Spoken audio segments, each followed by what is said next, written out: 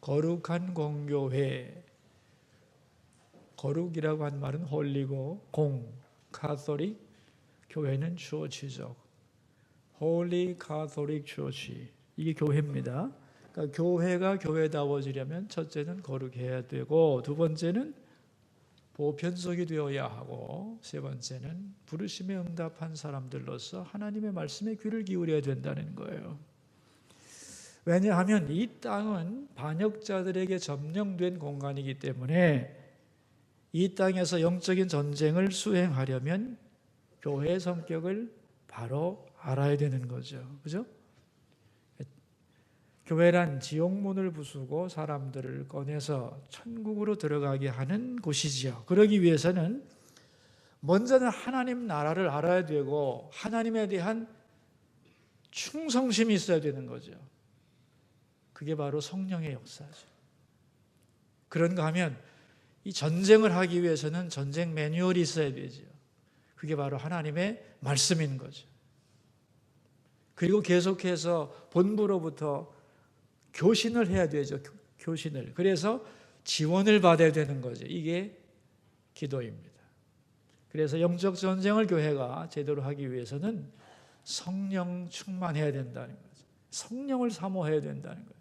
저는 그런 생각을 합니다. 교회가 성도의 숫자가 늘어나는 걸 사모하지 말고 성령이 운행하시도록 사모하는 게 더 낫다. 그렇게 생각을 합니다. 성령을 사모하는 가운데 말씀, 복음을 붙들고 그 복음을 선포하고 그리고 기도가 살아있으면 그 교회는 영적 전쟁을 제대로 할 수가 있는 거다. 그런 말이죠. 자, 이렇게 해서 교회가 제대로 작동이 되면 어떤 현상이 벌어지느냐 하는 거죠. 어제 교회에 대한 얘기를 다 못 다뤘는데 사도신경 우리 한번 보세요. 거룩한 공교회와 어제 그걸 다뤘죠? 그 다음 구절이 뭐예요?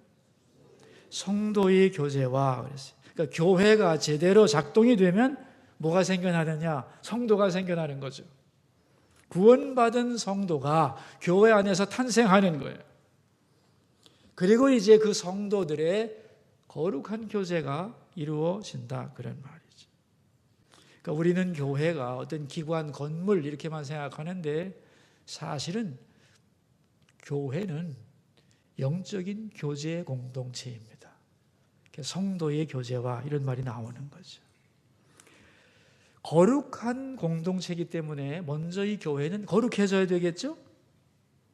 그리고 거룩해진 다음에는 나 거룩하거든. 그리고서 혼자 도도하게 있으면 안 되는 거고 서로 교통해야 된다는 거예요. 그래서 그 공동체가 하나가 되어야 되는 거죠. 그 옛날에 그 한경직 목사님이 그런 말씀을 하셨습니다. 어떻게 하면 교회가 건강하고 부흥할 수 있는가? 교회가요, 하나만 되면 됩니다. 싸우지만 않으면 됩니다. 예수님의 몸이 찢어지지만 않으면 저절로 부흥하는 것입니다. 그런 말씀을 했습니다. 다시 말하면 교회가 제대로 돼서 성도의 교제가 이루어지면 성장은 그 결과로 오는 것이다. 그런 얘기죠. 그러므로 거룩한 공교회인 교회는 성도가 교제하는 공간이다. 그런 말이죠. 우리는 성도의 교제에 대하여 교회 나오면 그냥 신하게 지내야 되는 거 아닌가 이렇게만 생각을 하는데 여러분 그렇지를 않습니다. 이 성도의 교제라고 하는 것은 하나님이 외로운 인생을 살아가는 우리들에게 주신 엄청난 선물이라는 것을 기억해야 돼요. 관계는 다양한 방법으로 맺어지거든요. 예를 들면 시간적으로 보자면 과거 때문에 관계가 맺어지기도 하죠. 고향이라든가, 그죠? 이런 거 다 동창이라든가 다 과거적 교제거든요. 그런가 하면은 현재적 교제가 있어요. 이게 뭐냐면은 같은 마을에 산다든가 같은 직장에 다니든가 이런 사람들과도 코이노니아 교제를 해야 되는 거거든요. 성도의 교제는 미래적인 거예요. 미래에 같은 운명을 가진 사람들이 그것도 일시적인 것이 아니라 영원히 함께 살아야 돼요. 그래서 이 성도의 교제는 아주 절대적인 거예요. 또 육체적인 교제가 있고 정신적인 교제가 있고 영적인 교제가 있는데 이 성도의 교제는 다 아우르는 거예요. 영적인 교제 그리고 미래적인 절대적인 교제이기 때문에 소홀히 해서는 안 되는 거죠. 여러분, 우리는 함께 신앙생활하면서 홀로 있지 않다는 것을 성도의 교제를 통해서 느끼게 되죠. 그죠? 예를 들면 내가 아플 때, 어떤 사람이 아플 때, 병원에 입원했을 때 그 구역 식구들이 또 교인들이 모여가지고 함께 예배하고 기도하는 걸 보면 얼마나 아름다운지 몰라요. 또 하나님의 말씀을 함께 나누면서 고백하고 또 함께 축복하고 그리고 그런 것들 보면은 기도하고 손잡는 것을 보면 하나님께 함께 나가는 걸 보면은 굉장히 아름답습니다. 이게 성령이 우리에게 주신 하나님이 우리에게 교제를 만들어 주신 건데 이 교제의 기쁨을 우리가 반드시 맛보아야 한다는 거예요. 이 성도의 교제를 가장 핵심적으로 보여주는 예식이 있습니다. 그게 뭐냐 하면 성만찬이에요. 성만찬이 뭔지 알죠? 한 식탁에서 한 주님을 모시고 구원받은 같은 사람들이 같은 음식을 먹는 거예요. 그 성만찬을 통해서 우리가 예수님 앞에서 어떤 존재인지를 깨닫고 수직적으로는 주님과 우리와의 관계, 피로 맺어진 관계라는 것을 고백하면서 동시에 우리는 누구냐는 거예요. 주 앞에서 구원받은 한몸된 형제자매라는 것을 수평적으로 고백하는 시간이 바로 성찬인 것입니다. 이 성도의 교제해 주시는 하나님의 약속이 뭐냐 하면은 두세 사람이 내 이름으로 모인 곳에 내가 그들과 함께 있다는 거예요. 이 약속이 이루어지는 것이 바로 거룩한 교제라는 거예요. 성도의 교제인 것입니다. 여러분, 인간의 가장 깊은 갈망은 뭐냐 하면은 사귐이라는 거예요. 코이노니아, 교제예요. 그것도 깊은 영적인 사귐은 우리 인간의 가장 큰 갈망이에요. 그게 어디서 성취되는가 하면 성도의 교제 속에서 성취되는 거예요. 신학자 수잔 리틀히는 이렇게 말을 했어요. 우리는 세상이 성도 간의 교제를 보고 우리를 보내신 하나님이 믿을 만한 분인가를 평가한다는 것을 알아야 한다.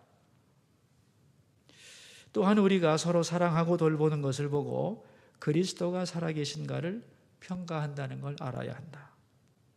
그러니까 우리 성도의 교제가 제대로 될 때 세상은 하나님은 믿을 만한 분인가?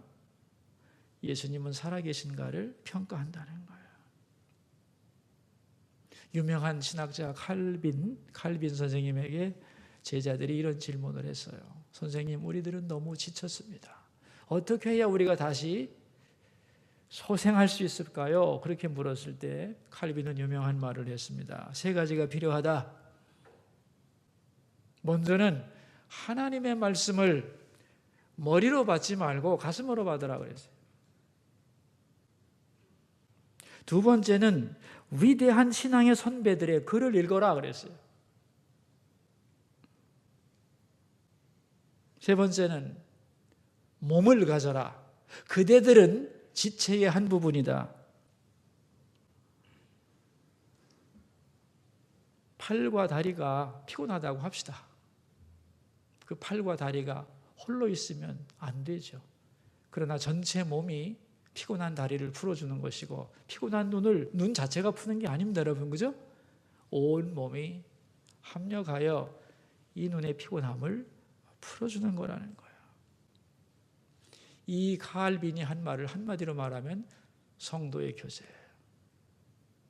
여러분은 여러분의 영적인 고민과 갈등 그리고 승리를 함께 나누는 공동체가 있는가 하는 거예요.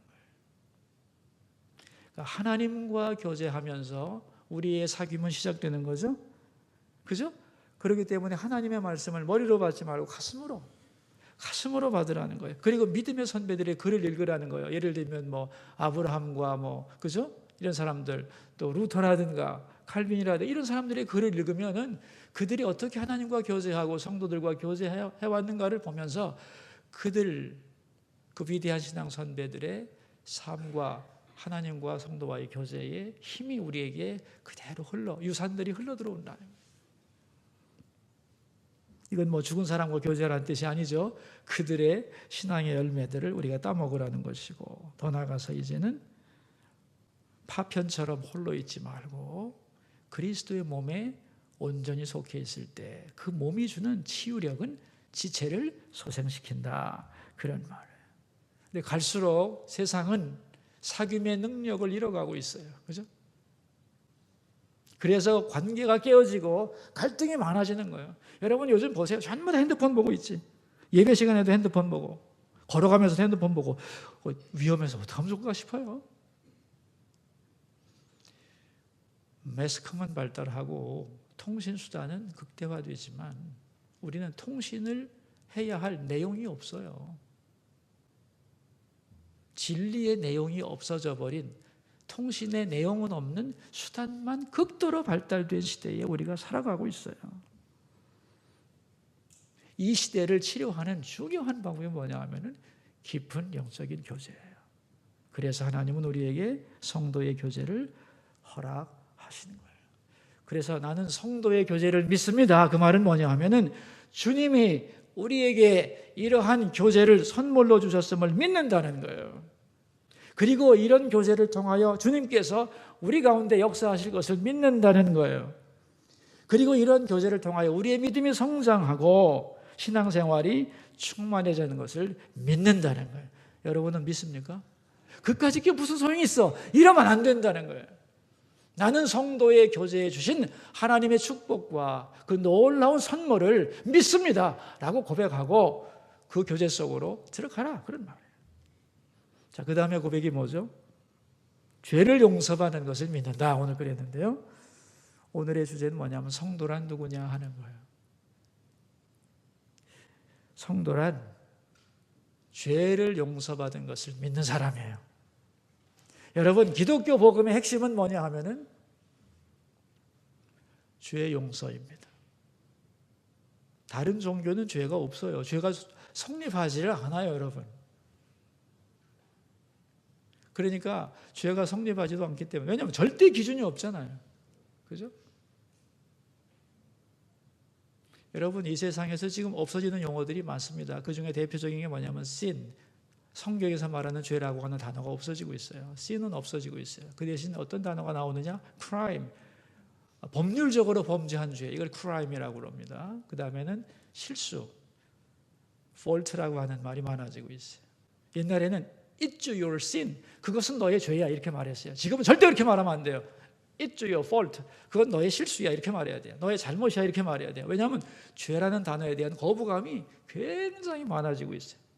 왜냐하면 하나님 앞에서 인간이 잘못되었을 때 이게 죄인데 하나님이라는 존재를 거부하기 때문에 이 죄라는 단어 자체에 대해서 인간은 혐오감을 느끼고 있는 거예요. 우리가 이제 교회에 와서 죄라는 얘기는 하지만 세상에 나가서 죄라는 말을 해보세요. 크라임이라고 하는 법률적 범죄를 생각할 뿐 하나님 앞에서 자기 존재에 대한 죄에 대한 의식이 점점 사라지는 시대가 되었거든요. 그런데 기독교 복음의 핵심은 뭐냐 하면은 죄의 용서입니다.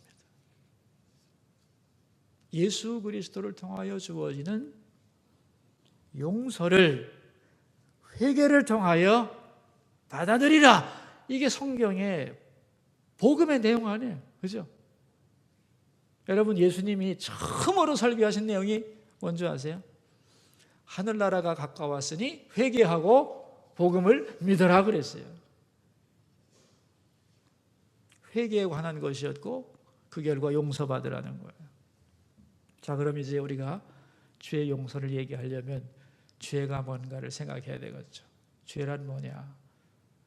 단어가 많습니다만 한 단어만 기억하시면 돼요. 하마르티아라고 하는 단어인데 이거는 명중시키지 못했다는 뜻이에요. 빗나갔다는 뜻이에요. 원래 목적한 의도대로 하지를 못했다. 그것이 죄의 어원입니다. 하마르티아예요. 다시 말하면 우리를 지으신 하나님 앞에서 목적을 벗어난 게 죄예요. 하나님이 우리를 창조하신 창조 목적이 있을 거 아니에요. 그죠? 창조 목적. 여러분, 창조 목적이 뭔지 아세요? 하나님께 영광을 돌리는 거예요. 그래서 하나님의 영광 받으시고 우리를 복되게 하시는 거예요. 이게 창조 원리입니다. 그런데 그 원리를 인정하지 않는 거예요. 다시 말하면 하나님을 인정하지 않는 거예요. 그리고 하나님께 영광 돌리지 않는 거예요. 피조물인 자기 한계를 인정하지 않고 스스로 높아져서 하나님을 거부하는 거예요. 그게 죄의 본질입니다. 자, 이렇게 빗나간 인간을 어떻게 이제 하나님이 구속하시느냐 하는 게 성경 얘기 아니겠습니까, 여러분? 그죠? 이 죄의 문제에 대하여 가장 간단한 이미지를 여러분에게 말씀드린다면 누가복음 15장의 얘기를 기억하시면 좋을 것 같아요. 탕자의 비유가 나오죠, 그죠?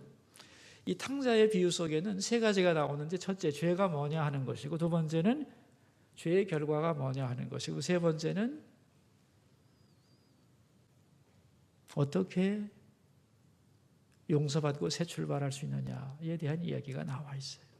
여러분 다 아시죠? 둘째 아들이 아버지 없는 세계를 동경했어요. 아버지 없이 자기 마음대로 자유롭게 살고 싶었어요. 그래서 아버지의 집을 떠났습니다. 죄라고 하는 게 뭐냐는 거예요. 아버지가 없기를 바라고 아버지를 떠나는 것, 아버지를 인정하지 않고 아버지를 떠나 내 멋대로 살겠다는 것, 아버지의 기대를 저버리는 것, 그게 바로 죄라는 거예요. 자, 그 결과가 뭐죠? 자유를 얻을 거라고 생각하고 자기가 실현될 거라고 생각했는데 자유와 자기 실현이 이루어지지 않고 오히려 절망과 속박과 죄의 노예됨이 비참함으로 다가왔다 하는 거예요. 그리고 여기서 내가 스스로 벗어날 길이 없다는 걸 그 아들은 깨닫습니다. 무언가 변화를 주고 새 출발하고 싶은데 새 출발할 가능성이 없어진 거죠. 그때 그 아들이 깨달은 게 있습니다. 나는 참 비참하다는 것. 그리고 생각하죠. 아버지를. 그리고 용기를 내서 아버지께 돌아옵니다. 여러분, 그죠? 그게 회개죠. 그런데 중요한 것은 아버지가 그 아들을 기다리고 있었다는 거예요. 기다리고 다가오자 두 팔을 벌려 그 아들을 안아주고 용서해주고 아들의 신분을 회복시켜준 거예요. 여기서 용서는 전적인 선물이라는 겁니다. 맞죠? 근데 그게 공짜 선물이 아니에요. 아들에게는 공짜인지 몰라도 아버지는 그 선물을 주기까지 너무너무 아파하고 기다렸고 엄청난 희생과 사랑이 그 속에 녹아있는 거예요. 많은 사람들이 오해를 해요. 예수 믿는 사람들도 오해를 합니다. 무슨 오해를 하냐면 내가 돌아와 줬잖아, 이딴 소리를 하는 거예요. 여러분, 돌아온 게 대단한 겁니까? 그렇지, 거기서 뒹굴다가 죽는 것보다는 낫지, 돌아오는 게. 그러나 중요한 것은 돌아온 게 아니에요. 돌아온 자를 용서해 주는 거죠. 맞아요, 틀려요? 집까지 돌아오면 뭐 할 거예요? 아버지가 안 맞아주면 그만이지. 여러분, 돌아온 것이 대단한 게 아닙니다. 정말로 중요한 것은 아버지의 용서예요.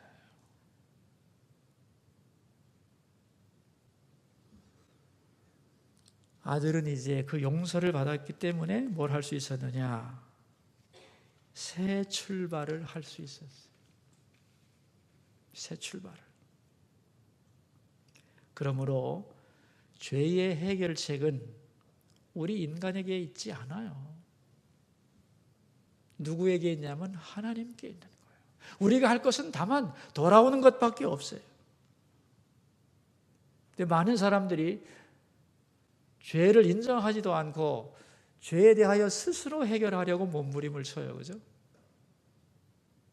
여러분, 인간이 스스로 죄를 해결하려고 하는 방법들이 굉장히 많습니다. 죄를 부정하기도 하고, 그런가 하면은 보상을 하려고 하기도 하고, 왜냐하면 내가 잘못한 게 있으면 더 좋은 일을 함으로써 상쇄시키려고 하는 몸부림도 치고 그런 짓을 한단 말이죠. 그런 걸 가지고 해결할 수는 없는 거죠. 영적으로 보면은 인간이 어떤 상태냐면은 깊이 병이 들었어요. 근데 자기는 병들지 않았다는 거예요. 병들지 않았다고 병든 사실을 거부하고 그러므로 치료도 하지 않고 약도 먹지 않고 아프다고 하지 않으면서 신음하면서 죽어가는 거죠.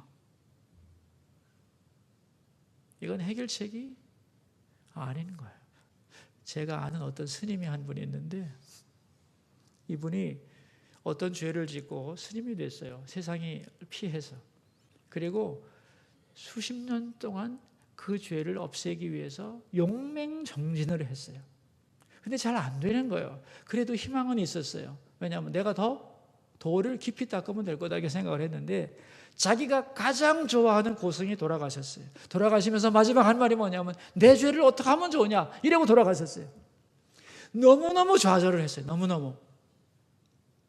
지금도 최선을 다하고 있는데 저분만이 희망이었는데 저분도 죄 문제를 해결하지 못했다.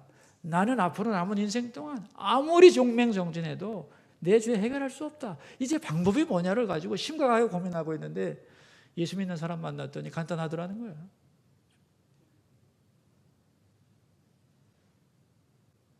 하나님께 용서를 빌더라는 거예요. 자기도 그래서 예수 믿었어요. 굉장히 지혜롭죠? 그래서 결과가 뭡니까 했더니 행복하다는 거예요. 행복한 결과 살이 쪄서 문제지 아무튼 좋다고 그런 얘기를 저한테 했어요. 기독교에는 죄 문제를 간단하게 해결하죠. 그러나 간단한 건 아니죠. 나에게 거저 온 것이지만 그게 거저가 아니죠. 하나님의 아들이 인간 되어 오셔서 내 죄 때문에 십자가에 못 박히고, 그죠? 그 엄청난 희생이에요. 그래서 값없다는 말은 싸구려라는 뜻이 아니에요, 여러분. 우리가 한평생 100년, 1000년, 10,000년을 갚으려고 노력해도 그 값을 지불할 능력이 우리에게 없다는 뜻이에요. 그런 면에서 값이 없는 거예요.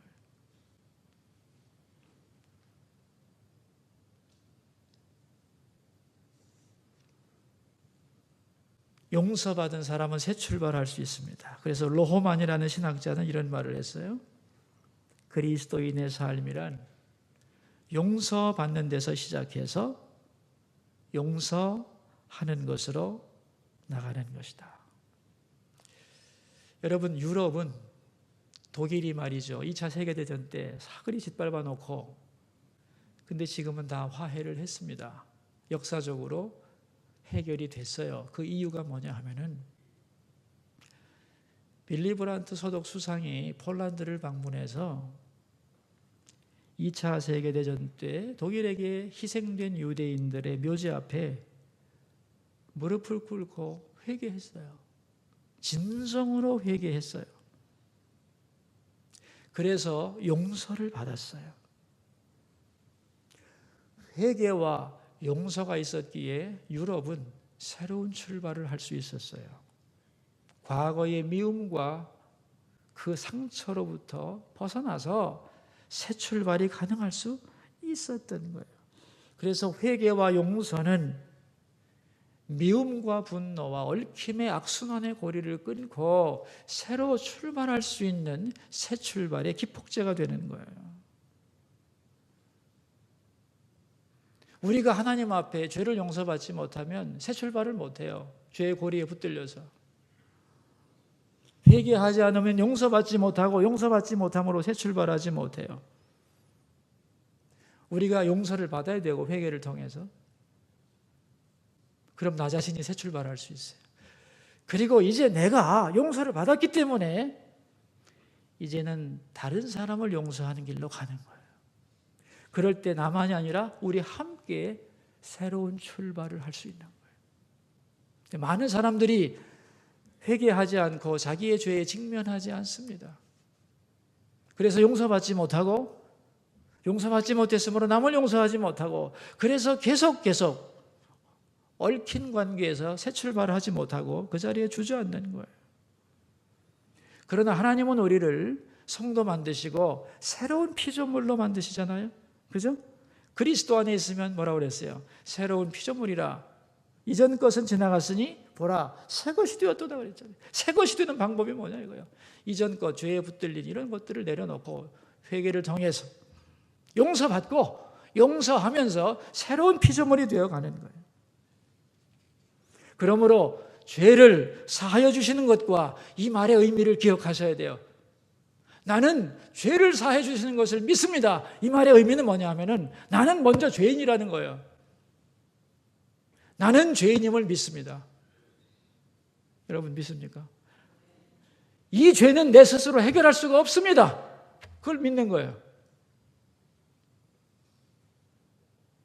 어느 누구도 나도 나는 죄인이고 내 스스로 내 힘으로는 죄를 해결할 수가 없습니다.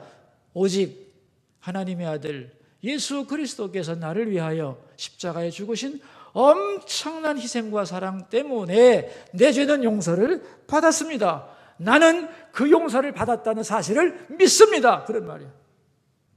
여러분 이건 위대한 고백이에요.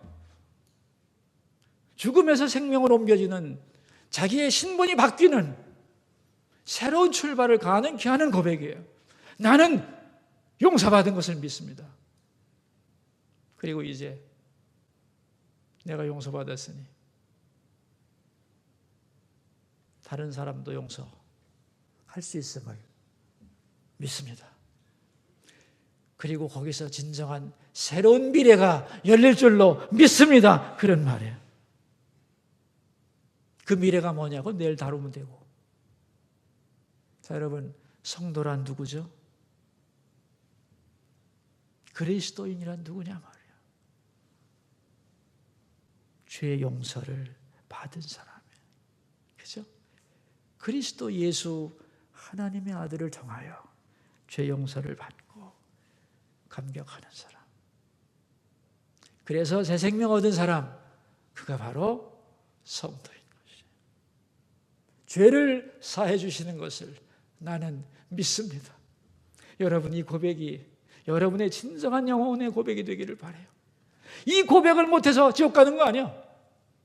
이 한마디 말을 참으로 내 영혼이 진정으로 고백 못해서 죄로 죽어가는 거 아니에요. 여러분 이 고백이 얼마나 위대한지 아시겠죠? 하나님, 나는 내 죄를 주께서 사해 주심을 믿습니다. 그 고백과 함께 그 말씀을 붙들고 살아가면 여러분 천국이 열리는 거예요. 기도하겠습니다. 우리의 죄가 어떻게 용서되는가? 인간의 초라한 방법이 아닌 예수 그리스도의 위대한 십자가의 죽으심을 통하여 엄청난 대가를 지불하고 용서받는다는 사실을 알게 하시고 이제 용서받은 사람으로 용서하며 살겠습니다. 나는 주님의 보혈로 죄 씻음을 받았음을 믿습니다. 이것을 선포하며 나가며 죄를 극복하는 하나님의 의의 보호자 앞으로 달려가는 우리 모두가 되게 하여 주소서. 기도하겠습니다. 사랑하는 아버지 하나님, 오늘 성도는 누군가? 죄 용서를 받은 사람, 죄를 용서받는 것을 믿는 사람이라는 것을 배웠습니다. 예수 그리스도 육체로 오신 그분, 하나님의 아들이 나를 위해 십자가에 죽으시고 부활하심으로 내 죄가 용서되었다는 걸 고백하고 감격하는 사람. 그래서 과거를 정리하고 주 안에서 새로운 미래를 열어가는 새로운 피조물이 된 사람이 그리스도인임을 믿습니다. 하나님, 수서의 성도들 중에 이 고백을 진정으로 하지 못하는 사람들이 너무 많습니다. 자기 스스로 이 죄의 문제를 해결해 보려고 하는 헛된 노력을 하는 인생들이 이 땅에는 가득합니다. 하나님, 어찌하면 죄를 용서받는 것을 나는 믿습니다라고 고백하는 사람으로 만들 수 있을까요?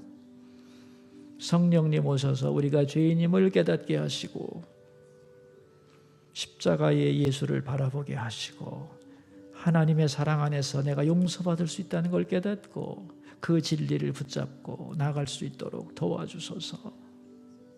우리 수소교회 모든 성도들이 하나님, 나는 주께서 내 죄를 용서하심을 믿습니다. 그러한 고백이 그의 영혼에 참된 고백이 되도록 도와주소서. 용서받고 용서하면서 새로운 미래를 열어가는 우리가 되게 하여 주옵소서. 예수님의 이름으로 기도합니다.